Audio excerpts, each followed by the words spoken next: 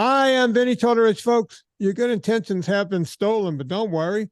I'm here to help you get them back. You may be soft and succulent at the beginning of this process, but hang in there. Before long, you will be lean and mean, guaranteed. It's the Friday show, and you might want to you might want to save this one. If you're driving, save this one for whenever you could just sit around and really concentrate on what this guy is saying, because the truth is stranger than fiction. And man, I'm finding that more and more every day whenever I see weird anomalies happening around my own social media and what people are doing behind the scenes. And I know all of this makes me sound like I need a tinfoil hat. And maybe I do. But whenever, I call the powers that be, people that work for me and Debbie and everyone else, and we'll talk to Andrea about that. I get, we don't understand why that's happening. No one, we'll hire people to come in and look at some of my social media and they'll go, well, none of this makes sense. Well, sometimes it happens out loud, and it happened to a guy that's been on this show. He's been on once before. This is a second lap, and I'm very happy to have him back. The last time we talked about his book, In Defense of Meat. He's an Italian journalist. And please, folks, help me welcome my good friend, Andrea Bertaglio. Yeah, there he is. Yeah. Hi. Hi, Yeah. Vinnie. Nice to see you again. How are you doing? It's good to see you, man. A lot has happened since the last time we've spoken, to say the least, right? I mean, your life, what's happening to you right now is almost on the same level as what happened to my good friend, Dr. Tim Noakes, about 5 or 6 years ago. The tweet, we call it the tweet that was heard around the world. Are you familiar with that and what happened to him? I read something about, yes, and I know that a few people passed through this. So yeah, mostly people advocating for livestock and meat and oh, his wasn't even that bad. He they set him up just like I feel like you've been set up. They set him up on Twitter. This guy, and some woman said, hey, if I'm a mother and I have a toddler, is it, what should I feed it? And he said, well, you want to feed that kid some animal protein and some vegetables and, just good, clean food, good, wholesome food. I'm paraphrasing the tweet. And then he went through 2 trials costing him millions to get attorneys and costing the South African government millions to take him to trial twice. He won the first time, and that wasn't good enough. They did it again and cost millions more to the taxpayers and still found him innocent, because all he was saying is, hey, we should feed young kids, toddlers, animal protein and vegetables and fruit. He got in trouble for that because he added animal protein to the tweet. Wow. Two trials. And they couldn't find any experts from around the world. People like Nina Teichos went there and testified. And Nina told me privately, and I'm going to just put it out there now, she was on the stand, and the government's attorneys are there just, hammering her when she's on the stand. And then when she's off the stand and she's outside in the hallways of the courtroom, they're asking her to autograph their books, Big Fat Surprise, her book. Right. So it's crazy that we're living in this world where the truth can't seem to come out. So with that in mind, how did this start with you? Well, it fortunately didn't get the levels of Tim Noakes, and actually I didn't know some of the details you shared already. So fortunately, for the time being, only a huge annoyance is involved, because basically, as you know, I am writing about sustainability, about environment since quite some years. And since some years, I'm also collaborating with some communication projects in Italy, and now also one in Brussels, which are trying to balance the nonsense that we often read, particularly online, but on the media in general, saying through facts and science-based or evidence-based informations that a proper diet includes also meat and animal proteins and animal products. So, and I went even beyond, as you say, writing this book in defense of meat, in which I took a stand in defense of meat. It's quite an explicit title, because after a while I understood that I was collecting many informations, but as a journalist I was and I am not neutral as I should be when it comes to meat consumption, because of course I'm now collaborating with these projects. But I'm pretty transparent about that. And in the last period, I got quite some attention from some newspapers. I would call in some cases attacks as well, even if fortunately nothing that extreme. As I say, just annoying. It's just taking a lot of energy and time, because of course not to everyone coming to blame you, because you open your, as you know, you switch on your mobile phone and the first time you read is an insult sometimes. I don't waste my time in replying to everyone, but in some cases I took the time to respond and to and what happened, that media consortium led by The Guardian and Lighthouse Reports is called, with many other websites, and also Unearthed, which is the communication agency of Greenpeace. So Greenpeace financed action, I would say. They interviewed me and they published some articles in which they questioned the fact that I still call myself a journalist, and I found it a bit, somehow funny, because I think, well, how can you waste your time like that with me? And at the other side, very annoying, because besides my personal involvement, they are writing that I and in this case the European Livestock Voice, which is a communication project based in Brussels with which I'm collaborating, that we have made a heavy and dirty campaign lobbying at the European institutions, and we took them to drop the animal welfare revision of the legislation, because in the European Union, by the end of this year, the European Commission was supposed to make this revision of the animal welfare legislation. The problem is that it was creating many troubles for farmers, and we can talk about that later. I have a couple of interesting examples.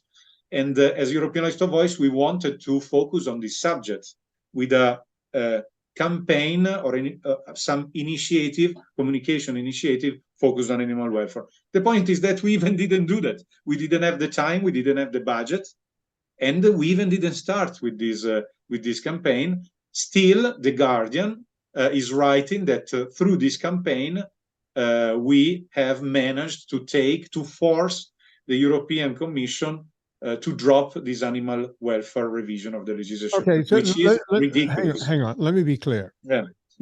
You guys didn't even do the campaign. It didn't happen, right? Not yet, no. Okay, but let's assume it would have happened. What are they accusing you guys of doing? What were, look, we all want animal welfare. So I just want to be, very, very forward here. I care about animal welfare.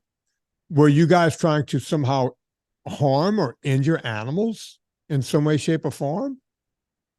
No one mentally sane wants to harm animals, particularly farmers, because if you don't treat properly your animals, you don't get good products. So every farmer is treating properly his or her animals. When it doesn't happen, it can happen. It means that in this farm they don't work properly.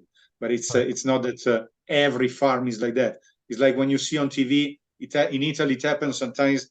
They showed a kindergarten in which the teachers were beating up the children, which is something horrible, but it doesn't mean that all the kindergarten are like that and we ask for the closure of all the kindergarten. It doesn't make sense. So we are all for, we people, citizens, farmers, not farmers, I guess we are all for animal welfare, absolutely. So that was not the point. So, all right. So if that's true, then what were they claiming that you guys were trying to do? Because they always, I know when it happens to me, they always claim that I'm doing something, right? Some claims I wish would come true when they would go, oh, he's bought and paid for by big meat. Okay, where's that check? Because I'm looking for that check from Big Meat. I don't know if you've ever gotten a check. You wrote a whole thing in defense of meat. Did you get a check from Big Meat? What are they claiming that you or are trying to do?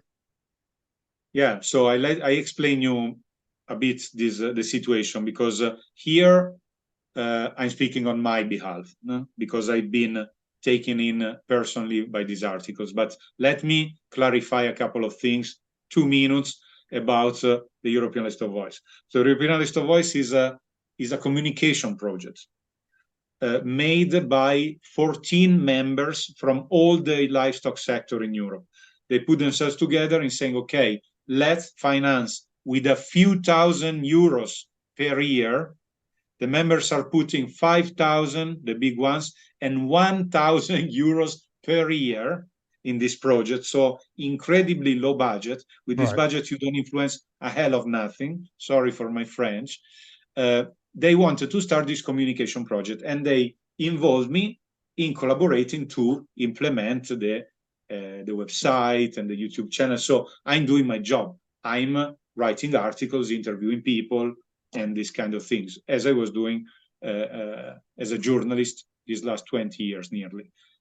So basically, these members are lobbying in Brussels. Everyone, the meat producers, the meat processors, the aquaculture producers, the leather ones, animal feed, they're all in Brussels, like the NGOs, to lobby somehow. It's their job. That's why they're in Brussels, of course, which is like Washington in the DC in the US.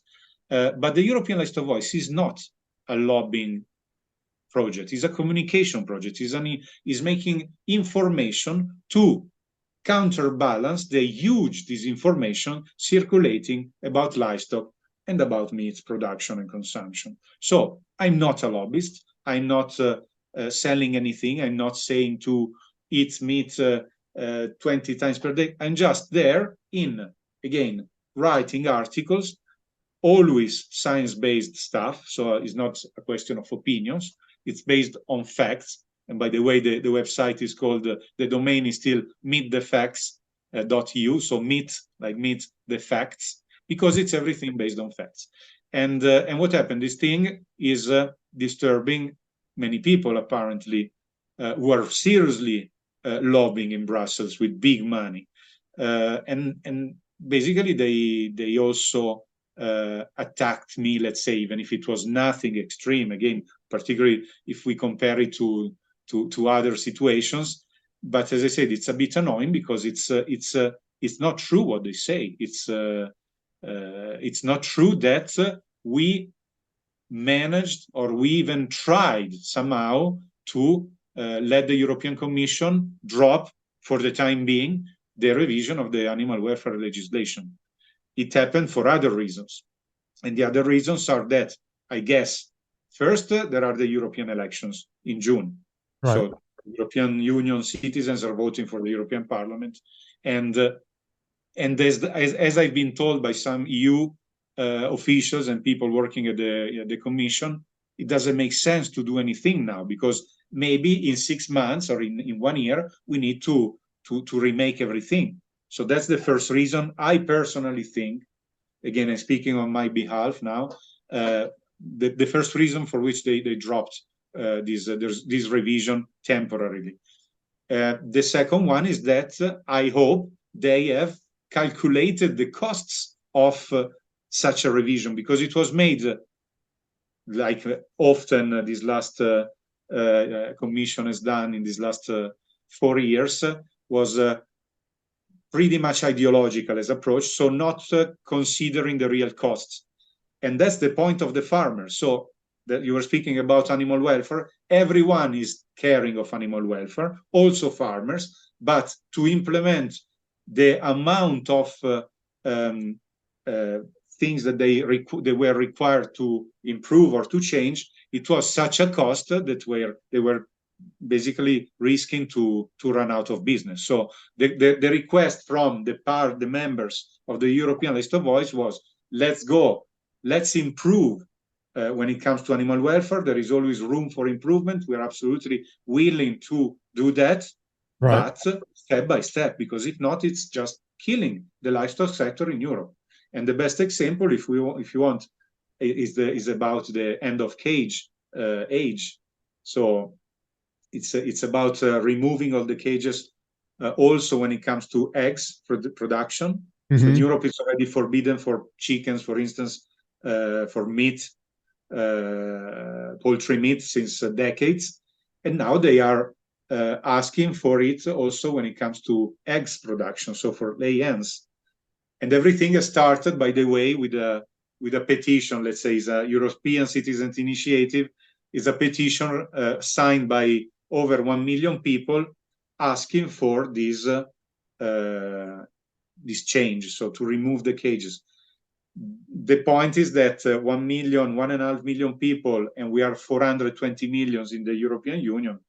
I mean, it's a lot of people, but it's still a very vocal minority. But still, we all agree that we can remove the cages. But what happens? That if you do that too quickly, let me say this short story. Okay. I visited a lay-hen farm in Spain this summer. Now, is an example which is maybe describing better what the point of view of farmers. So, a lay-hen farm run by two sisters, around 40-something years old. These sisters got the farm from the father. They had to sell this farm because if not, they couldn't survive as a company. So they sold the family company to the second biggest group in Spain. So much for family-run farms. No? So they did it. Now they're facing quite some difficulties, but they go on. And what did they tell me about the cages? Because they produce organic, free range, every kind of eggs. Also the one with cages, which they're removing, like everyone else in the European Union. So they had to invest lots of money to install them before, then to improve them. It's always money that you invest, and you often don't have the time to return on this investment. Now they're removing them, which cost money. And where are these cages going? I asked them. They're going to places like Morocco, they told me, Turkey, Egypt, so extra European countries, which then are selling their eggs to Europe, to the European market, because it's a free market. So it's still caged eggs. So yeah, you're creating. And we buy that, so they close. Yeah. So that's their point. You understand? So no, it's all crazy. All right. So I want to do a quick. I got to do a quick ad here. But when I come back, I want to talk to you about what. Yeah, I want to change the subject just slightly and talk about what's a journalist, and maybe are you still? Could you consider yourself a journalist? Hang on to that, folks. Villa Capelli olive oil, man. If Andrea can just make it down to Puglia, he would be able to pick up right from Villa Capelli, the best olive oil on the planet. Villa Capelli olive oil. Listen, folks, in this country, you can cut olive oil up to 40%. Then you got to add a perfume to it, and you got to add a color to it just to make it look and smell like olive oil is supposed to look and smell. But you're drinking a bunch of seed oils. You're putting seed oils in your salad. What's a seed oil? Pretty much the same stuff you put in your sewing machine. If you had a sewing machine, it's like 3-in-1 oil. Seed oils are not supposed to go in the human body, but olive oil, that's the one fruit juice I agree with. That's the one you want. Villa Capelli is the best olive oil on the planet. It's all that I use here. I was laying out by the pool at some point this summer, one day. I took one day. I had a 1 day out by the pool. with Serena. Exactly. I don't even know why I have a pool. Just came with the house. But we were sitting out there, and I was trying to get myself a tan. And I said, I'm going to put a little oil in my hair, the hair I have left. I got that Villa Capelli, ran it right through my hair, put a little bit on my body. Boy, did that feel good. But folks, don't rub Villa Capelli on your body. Don't be crazy like me. Put it in your tummy. You want this stuff. It's the best oil on the planet. I can vouch for it. You want to save 10%, put in promo code Vinnie, VINNIE, and you'll save 10% every time at Villa Capelli, not just the first time. Every time you go back, 10% by putting in promo code Vinnie, VINNIE, no wimpy Y. Let them know we sent you, and they're going to reward you with 10% off.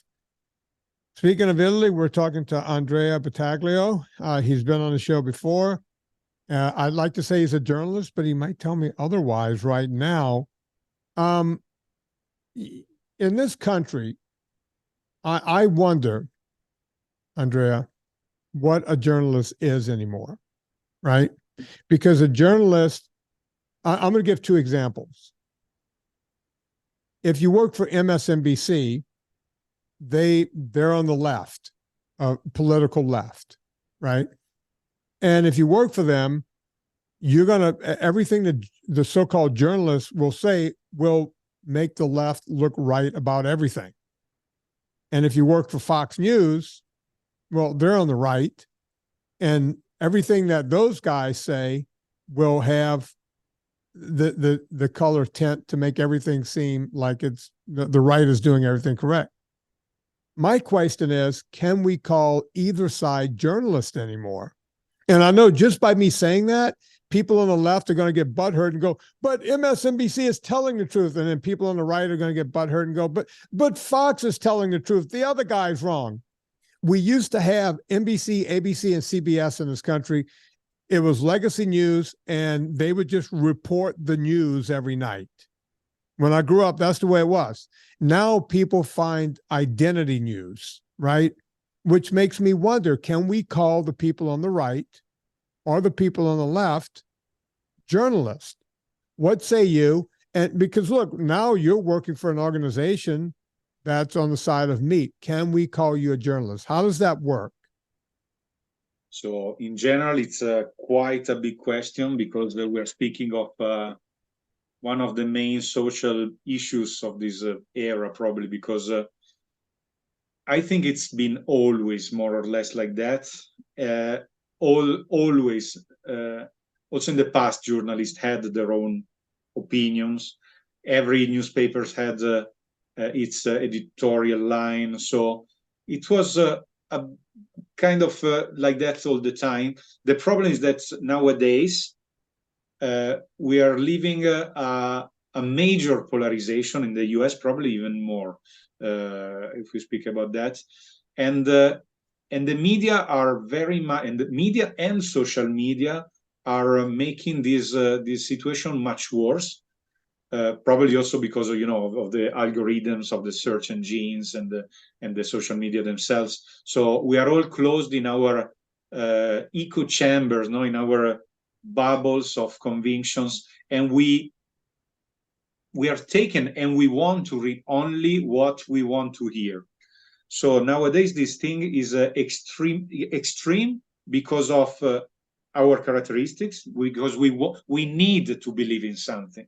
And as nowadays God is death, we even don't care anymore of making money. With all the more or less proper values of the past are gone, at least in Europe and North America. So I guess we need something to believe in. So we go to look for things that are telling us what we want to hear. So according to our view of the world, again, made everything worse by two things: the algorithms, famous, and the media themselves. Because as a journalist, I tell you, it's true.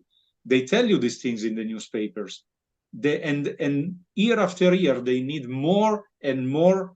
They need to struggle more and more to get some clicks, to sell some copies. So the level is raising every year. And in fact, the ones with more success are the louder ones, both left or right. It's not only left and right now, it's also about your vision of the world. I see that as I'm dealing with environment, as I said, since nearly 2 decades. It's a lot about environmentalism, which is a religion. I see the same dynamics of that my grandparents, Catholic, were following. So a dogma to follow, whatever it takes. So it's a very similar thing.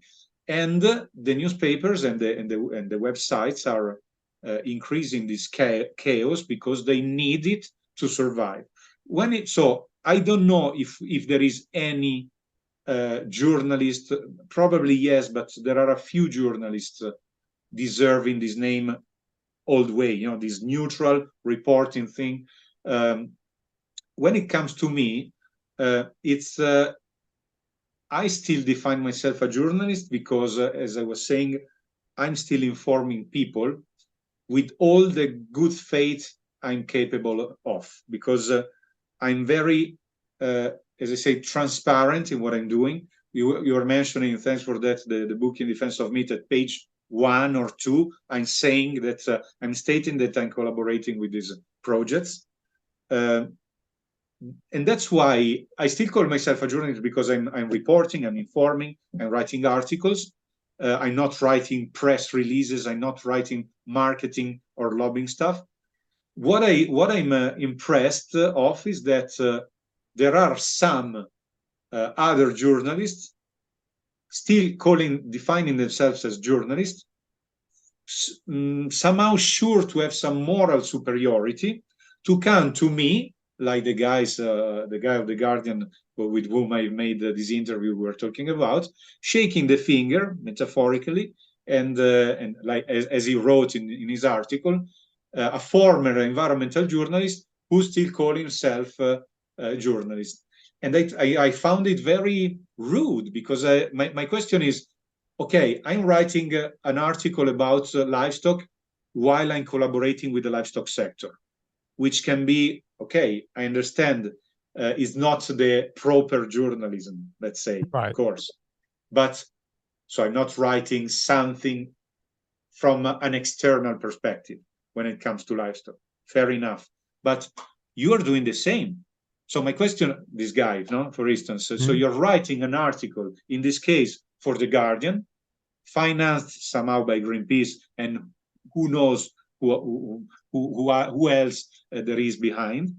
So you're writing an article financed by an environmental anti-livestock NGO on a newspaper which got hundreds of thousands of pounds by organizations investing in meat substitute production.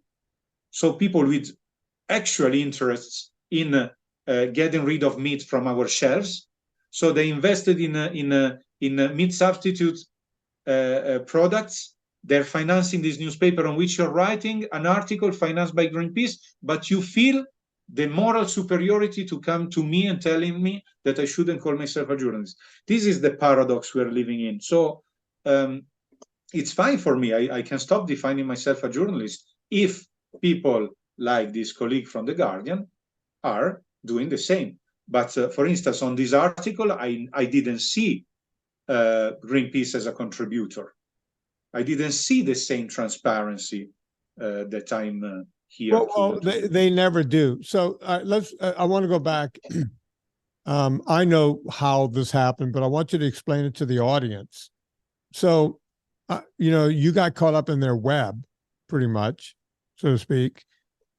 Explain how that happened, which is, when you do something this cynical and the way they did it, just I hate when wrongdoing happens, right? And you did something in good faith. They invited you to do a podcast, right? Am I getting that right?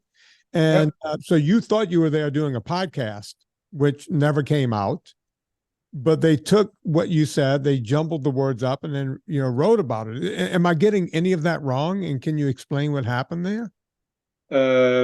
Yes, in this specific case, I was supposed to have an interview like with you now, let's say, like for a podcast which is based in Brussels, and it's called EU Scream. The the guy running this podcast has told me that this episode will be coming out because I've asked for it. For the time being, it's still not on air or online. Sorry. So I received a request by this podcast to have an interview about these topics. I accepted, and with this guy, there was also this journalist of The Guardian, which is fine. I was not expecting that. I didn't know that, and I thought, okay, it's a bit funny, but as I have nothing to hide, it's fine for me. You can use it as you want. You can write your notes and your answers as they've done. But then it was funny because the podcast was not out, or is not out yet, and the article was pretty soon packed and published. So I found it a bit. I'm sorry. Let me just ask: how long ago did you give the interview? Oh God, what was that? So the article came out on the at the end of October. So let's say at least 1 month now. So middle of October, but yeah, mid-October, I think, something like that. Yeah. Okay, so the article came out mid-October. When did you give the interview? Do you remember? The article came out on the 23rd of October, and the interview was made 10 days before, 2 weeks before, something like that. Here we are in the second week. This might not come out for several weeks, but folks, we're in the second week of November, and usually podcasts come. You know, look, I might hold some podcasts 3-4 weeks, but there's no way in hell if there's. I just want to be very clear. This podcast may eventually come out, but they took it upon themselves to use your words and create an article that may not be, or can we say they were disingenuous in the article? Or I don't want to put words in your mouth. What did they do? No, in the articles they basically quoted me, even not that much, on The Guardian. It's a couple of quotes. It's not such a big deal. It was really, again, annoying the method, and the fact of this cheeky way to question my, as I said, my being a journalist. That was annoying for me. But it was not. Other websites, like there is this what's the name? I was impressed to see this Green Queen from Hong Kong, and they tagged me on LinkedIn. That's why I knew about this article, because they tagged me on LinkedIn, and they spoke about an in-depth journalism investigation run by this lady with this name from Hong Kong. I don't remember right now. And I replied, I say, what in-depth journalism? This lady, okay, congratulations, but she even didn't write me an email. I don't say called me, journalist. No, in Italy we say that we were used to say that they were consuming the soles of their shoes because they were always going around to report stuff. Now they even don't call you, and she even didn't write me an email. So I say this is a copy paste partially of the Guardian article. So this is not in-depth journalism. This is just an organized campaign against me and the people with whom I collaborate. But they quoted me with some things that I said, but again, we spoke 1 hour and 20 minutes, and they used really a few words. And again, saying things that I absolutely stand for. So it's like for instance, that we are. They were questioning. They were speaking about the fact that I was speaking in the U.S. By the way, in Washington D.C. At the Animal Ag Alliance summit last May, and I've seen some interesting campaign against animal rights activism, because in the US you're much more aggressive in this. When it comes to these things, and I was fascinated and thought, okay, in Europe we couldn't do these things. I said, okay, we should do that in Europe too, but as a joke. And then I even didn't propose it because it's culturally impossible to propose. So let's talk about that for just a second. What type of things do we do here that you guys won't do one ocean away or cannot do? Well, for instance, I see. Then it depends on the country we're talking about in Europe, because, right, for instance, Italy is very different from the Netherlands. Germany is very different from Spain. Also, when it comes to the, let's say, frank messages that you take out. So, for instance, Italy, it's quite energetic, passionate, and while in the Central Northern Europe are much more cautious and diplomatic. And then there is Brussels, which is another reality apart. And there is a huge difference.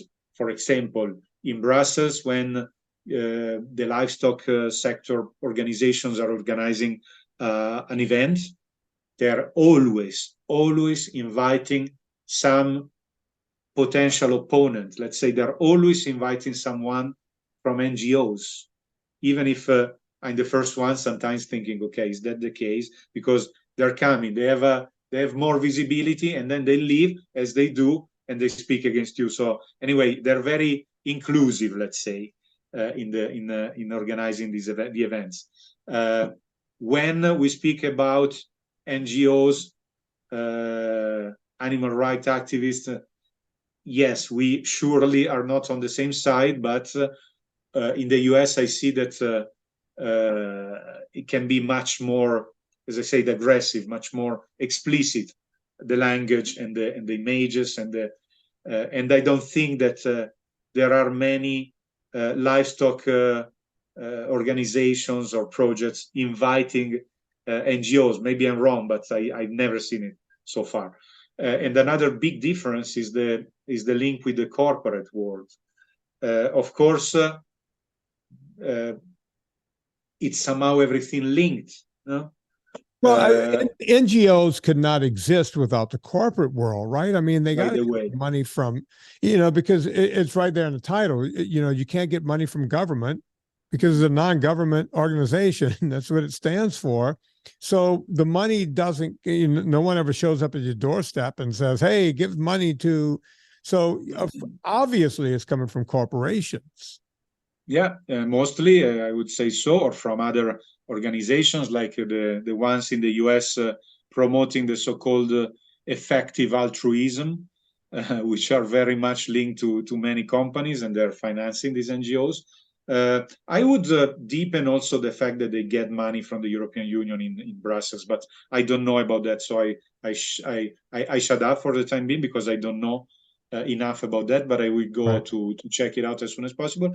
What I was talking about is that a communication project in the US, from my point of view, can easily get money from some big companies and put the logos of the big companies on its website and having no problems.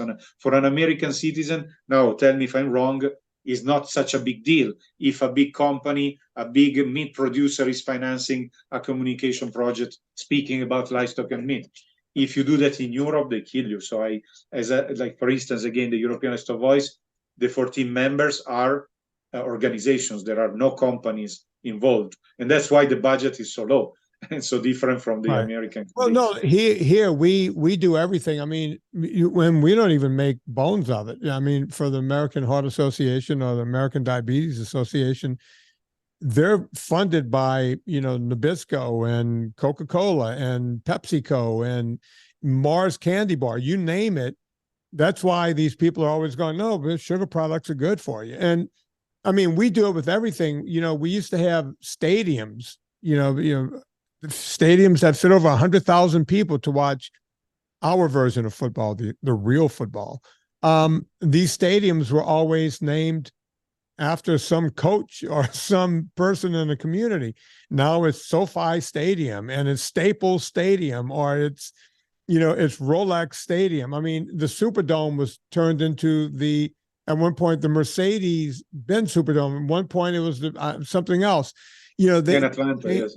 They just turned it into whoever wants to pay for the advertisement right now. We do that left to right in this country, and we make no bones about it, which, and it's one thing when it's a stadium, right? Yeah, the stadiums also in Europe are turning out to be like that.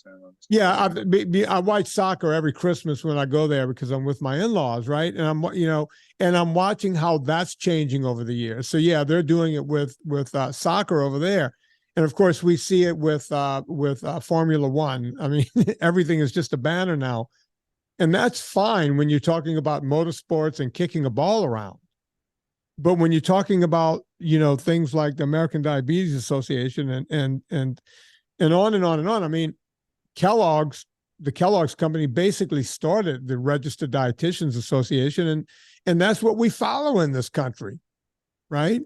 The American Diabetes Association, the Registered Dietitians started out of a church, out of the Seventh-day Adventist Church, which is where John Harvey Kellogg came out of and created dextrinization, and then created cereal and calling breakfast the most important meal of the day.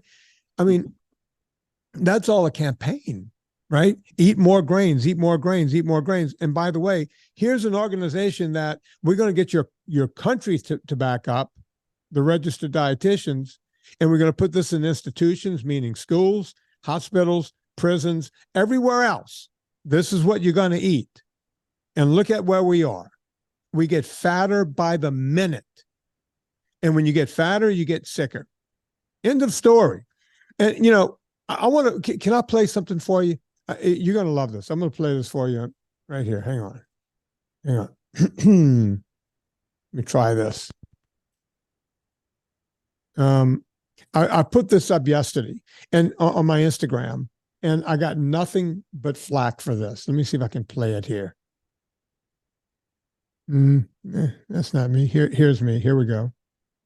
These 3 foods will make you fat. Number 1, grains. This includes things like breads and pastas. It also includes things like rice and corn. Stay away from this stuff. Number 2, potatoes. White potatoes are the worst. They're over 100% on the glycemic scale. Even though yams and sweet potatoes are a bit lower, you're still going to get fat if you eat this kind of stuff. And number 3, tropical fruits. Stay away from things like bananas, pineapples, papayas. These are high glycemic fruits. You want some good fruit to eat? Try things like, avocados, olives, and even berries are all low glycemic fruit. All right, stay motivated. Okay, I ran that over the weekend on my thing, right? And, it got, I'll give you the stats as of right now. It's over 37,000 views. It's got over 1,700 likes and over 200 comments. And a lot of the comments were, "You're crazy.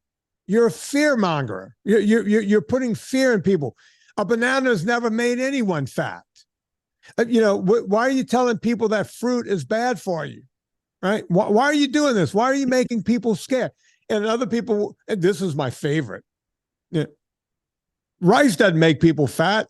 Asians eat rice and they're all skinny. First off, that's the most fucking racist thing I've ever heard. In this country where all we do is yap about racism, that's the most racist thing I've ever heard. Well, Asians, all they do is eat rice. Really? I've been to Asian countries. Number 1, they eat a lot of meat. Number 2, I was invited to India to go around to hospitals. I was there for 3 weeks. They paid full freight for me to be there, my wife and everything, full freight to go talk to hospitals and universities because they have an obesity epidemic and they need to do something about it. So number 1, Asians aren't that skinny. Number 2, they don't just walk around eating rice. And by the way, the one thing they use in the sumo wrestling world to make people bulk up is rice. They sit there and these guys die very young. They're great athletes and then they die young because they've been bulked up on all of this rice.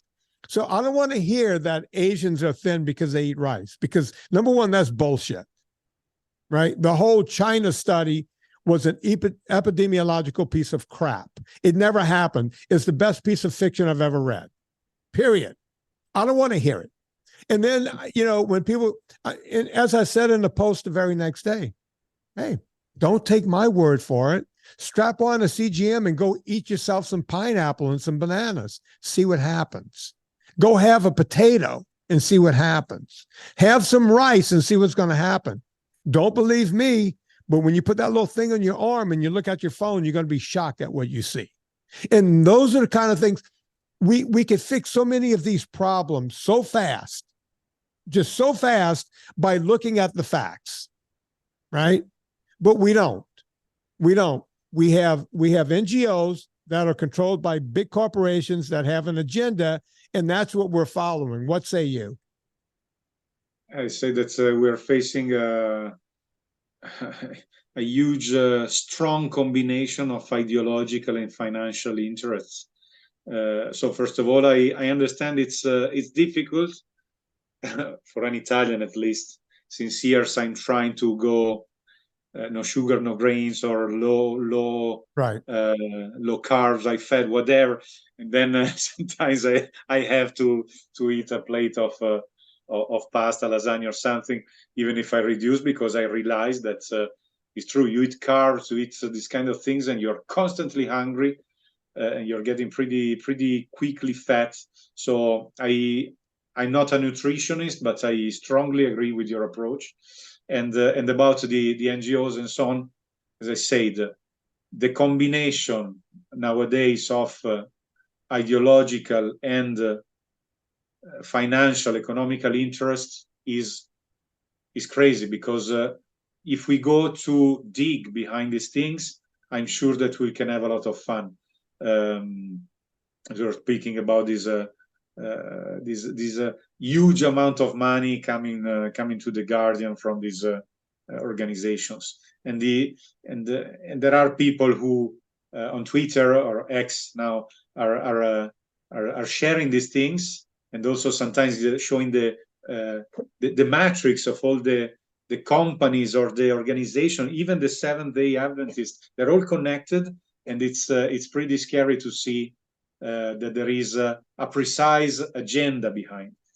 And now I don't want to fall into the conspiracy theories of because there are people. Then we can speak about many things more or less sensible from my point of view, but surely when it comes to people with wishing to get rid of animal agriculture and substitute with their products things that we have developed in centuries, like meats, cured meats, cheeses, and stuff like that, it's getting very serious, because the effects can be very severe.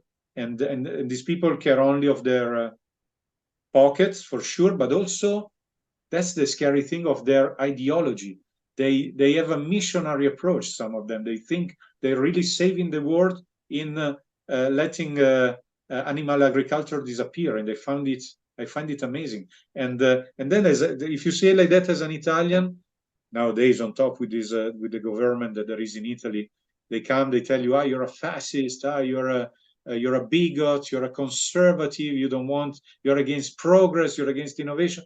I was speaking about that, by the way, with an Indian guy, I think he was recently. You all these obsessions for your traditions, and I say, don't misunderstand me. I told him, I know, as probably Oscar Wilde was saying, that a tradition is an innovation that worked out. So a tradition is constantly changing, developing, and I'm completely fine with that. But and believe me, I always thought to be a quite progressive person. I'm not left wing, not an extremist. I've never been.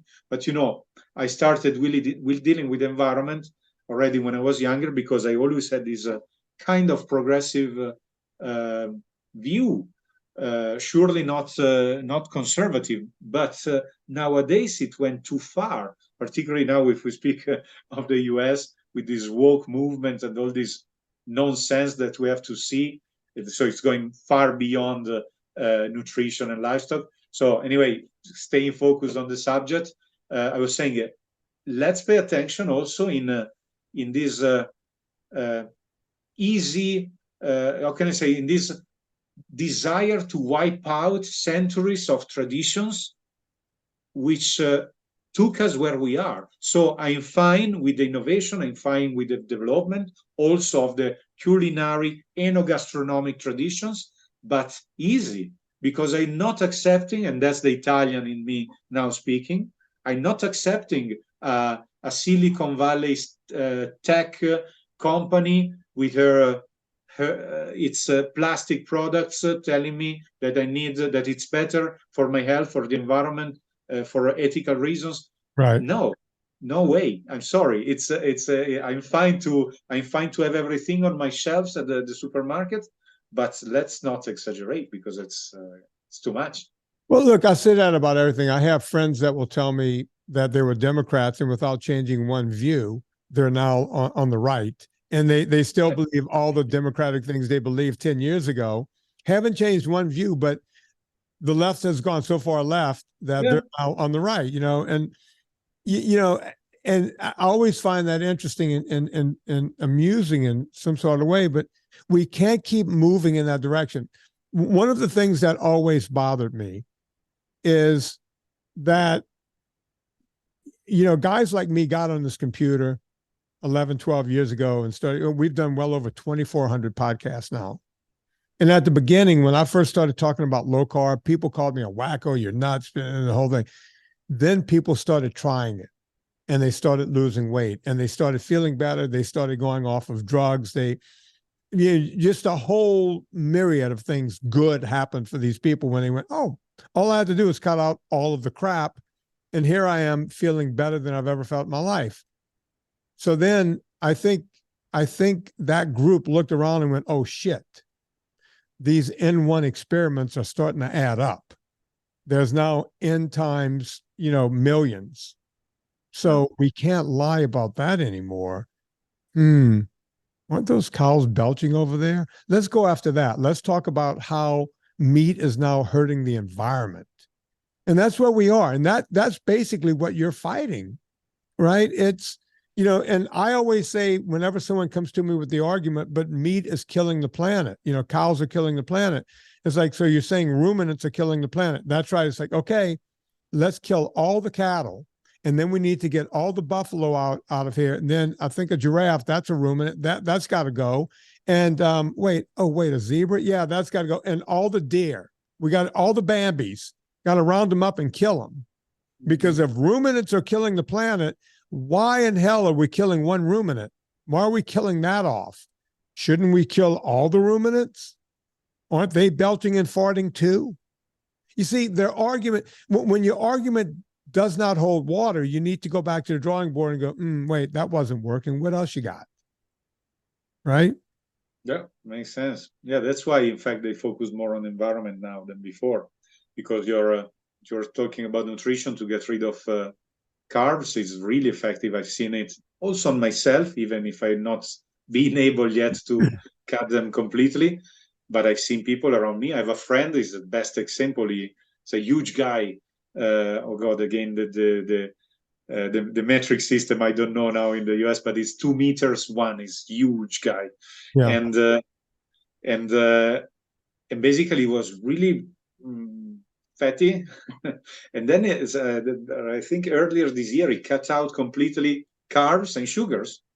And guy, after a few months, the half is in such a good shape. It's amazing. So people are seeing that, and the thing is going on its own. And yes, they started with the environment, but it's ridiculous, because when they speak about the environment, the emissions, the cows belching, and they have to hear again Greenpeace in Italy or other organizations saying that livestock animals are emitting more than transports in Europe. My God, it's but the data are stating that it's not true. Not only the common sense, but also the data.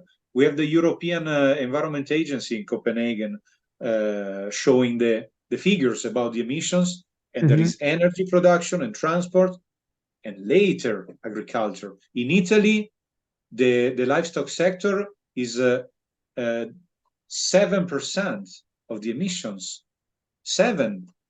So what are we talking about? And in the world now, the FAO published recently a new report, and that's why now all these organizations are turning against the FAO. You will read and you will see more and more articles trying to erode the credibility of the FAO, so the Food and Agriculture Organization of the United Nations. You will see, because now they publish a report showing that the livestock emissions worldwide is 11%.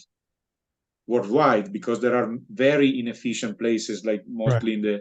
in the developing countries, because in Europe and the US, it's incredibly efficient now. Right. So you will read a lot about FAO, I tell you, because they, as you say, they look for the new way to carry on with their narrative.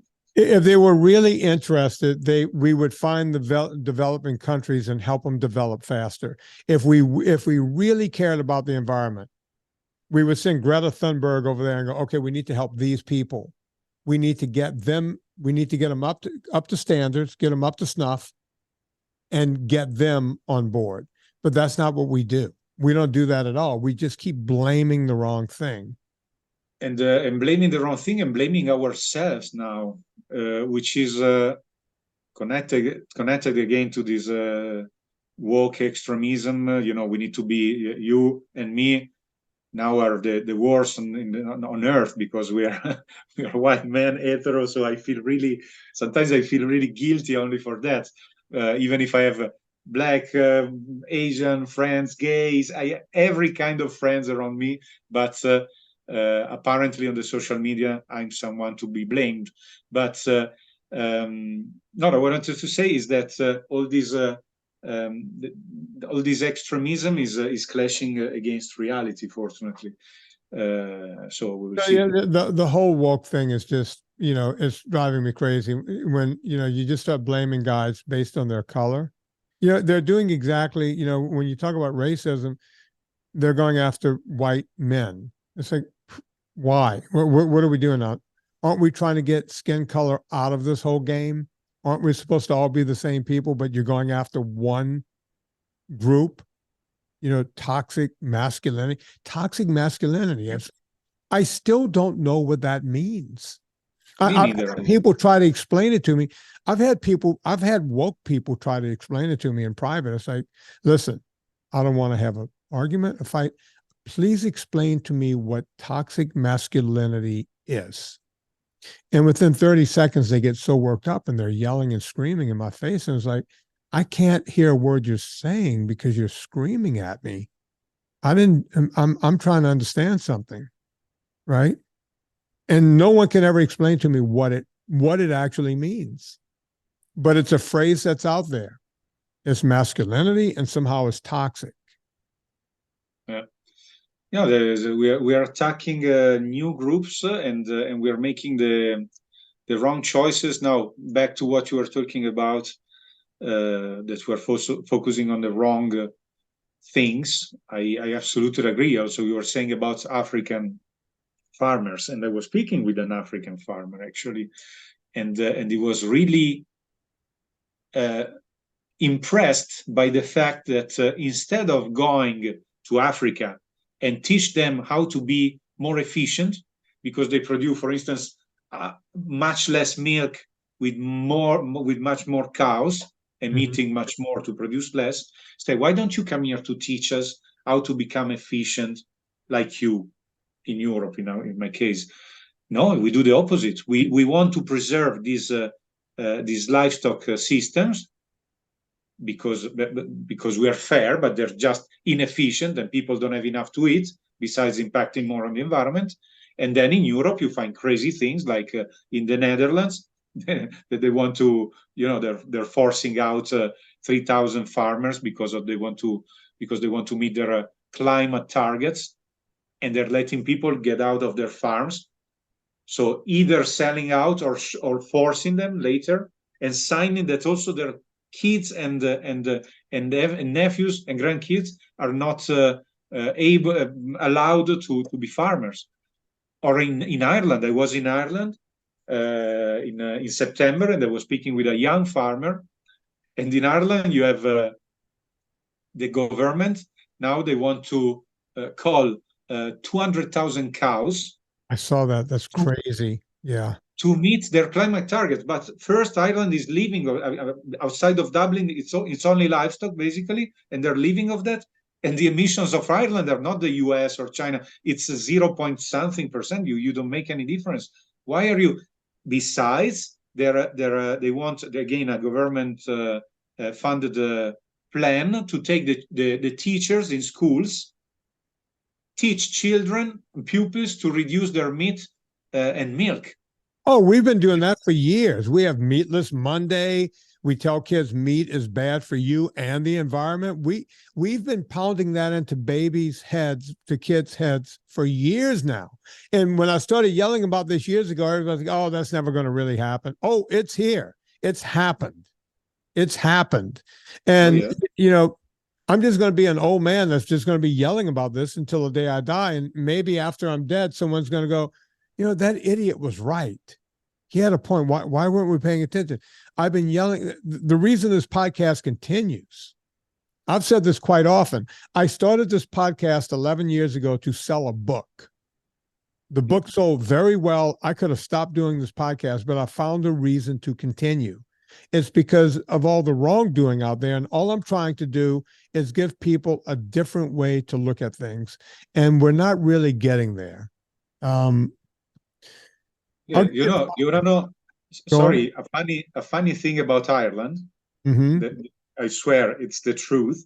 I was there, and by my hotel there was a school. I think a high school, because they were teenagers. So while they want to fund such a program, I think 80% now, roughly, of the kids I've seen coming out from that school had in their hands either some chips or a soda or a soft drink, like that. So that was not a problem. Close bracket. Sorry, that was the end of the Irish short story. Yeah. Anyway, Andrea, I'm going to make that the final word. I try to keep these things to an hour so that I try to make them bite-sized enough so that people can listen to the whole thing. Folks, you can go find Andrea Bertaglio. Where can they find you, Andrea? Give me. Well, mostly on X or Twitter, where my cover picture is, by the way, showing what you were talking about, of a guy center left, which finds himself suddenly on the right, even without moving. I have an image showing that exactly. Yeah. So Twitter and LinkedIn. We yell about that all the time, you know. And I listen to my in-laws say up over in England, who they're not in the European Union anymore, but they went through their own thing where people, you know, they broke away because they wanted to not lose their tradition. So it's funny to hear all of that in a different way, you know. And it's funny, yeah. You don't change one view, but you become someone else. Folks, you can also check out his book, In Defense of Meat. It's in the Vinnie Tortorich book club over at Amazon, so go check that out. We still go to vinnietortorich.com/VIP. You can do that. And this is coming out long after we start this program. Basically, we have a program, and we're going to probably change the VIP thing. But if you want to get in and you want to have an accountability group, that's what we're doing twice a month. And we're going to have all kinds of other tools in order to help keep you on track so that you're not going to gain the weight back, or you can continue to lose the weight, and on and on and on. It's a whole encompassing thing that I'm doing. It's my next way of teaching people.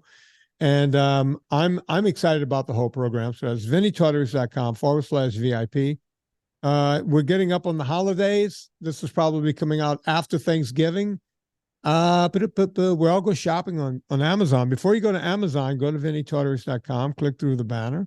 It puts a little coal on the fire, gets my train down the track, and I'm able to keep this show free for a gazillion years in a row. So go do all of that. On behalf of Andrea Bertaglio, my name is Vinnie Tortorich. Put life into living and do it with enthusiasm.